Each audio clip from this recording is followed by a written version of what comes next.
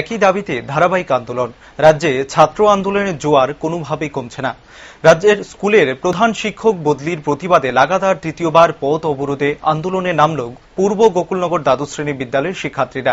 একদিকে যখন ফলাফল নিয়ে শিক্ষা দপ্তরের প্রতি ব্যাপক ক্ষোভের বহিঃপ্রকাশ হিসাবে ছাত্র আন্দোলন বেশ কয়েকদিন ধরে উত্তপ্ত রাজ্য, ঠিক তখনই ব্যতিক্রমী চিত্র দেখা মিলল বিশালগড় মহকুমার পূর্ব গোকুলনগর স্কুলে।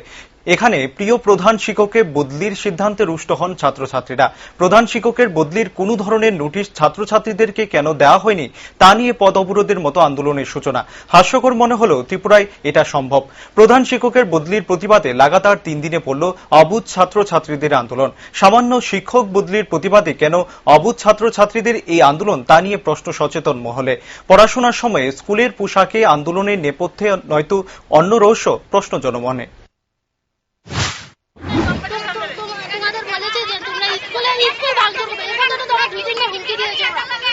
কে বলছে, কে তোমাদের তারা কি স্কুলের এসএমসি কমিটির লোক বলছে যে তোমাদের স্কুল ব্যান্ড বাই?